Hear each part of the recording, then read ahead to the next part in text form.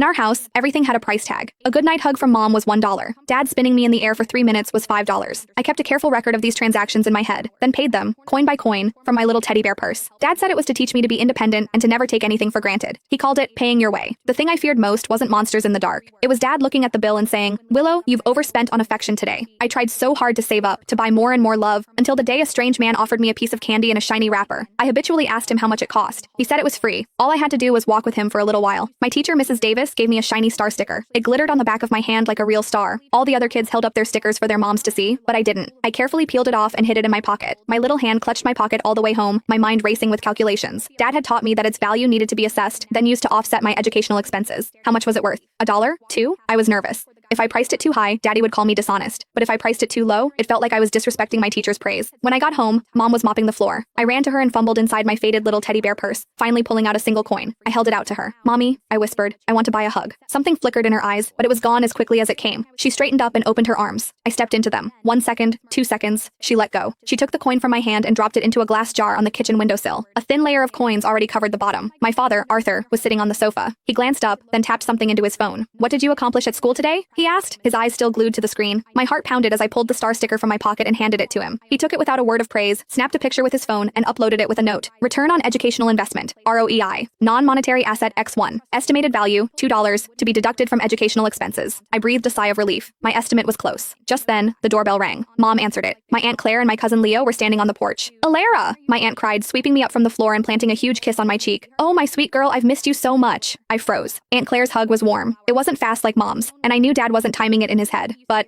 this hug was too expensive. I squirmed out of her arms and hid behind my mother, clutching her dress. "Mommy, Auntie's hug. How much do I have to pay? I don't have enough money. Can I owe you?" The smile vanished from my aunt's face. She stared at me, then at my parents, her expression one of pure disbelief. My cousin Leo, a year older than me, didn't understand the sudden shift in mood. He ran over and pushed his transformer into my hands. "Here, Willow, you can play with this." I recoiled as if I'd been burned, clutching my teddy bear purse to my chest. "I can't just take things from you." "Arthur, Alara, look at what you've done." Aunt Claire finally exploded, her finger trembling as she pointed at my parents. "Are you insane? You're turning a child into a monster. This is a home, not a corporation." My father adjusted his glasses. "You don't understand, Claire," he said calmly. "This is a progressive parenting philosophy. We're cultivating her independence, teaching her the value of things. It will give her a competitive edge later in life." "Independence? A competitive edge?" My aunt laughed, a harsh, bitter sound. "She's 4 years old. What she needs is unconditional love, not a damn quid pro quo." My mother tugged on her sister's arm. "It's okay, Claire, please. This is our way. Don't interfere." Aunt Claire looked at my mother, her eyes filled with disappointment. The argument ended, as it always did, in a tense stalemate. As my aunt was leaving, her eyes shimmering with tears, she knelt down and secretly pressed a piece of candy into my hand. The wrapper was so shiny, more beautiful than anything I had ever seen. She lowered her voice. "Listen to me, Willow. What your aunt gives you is love."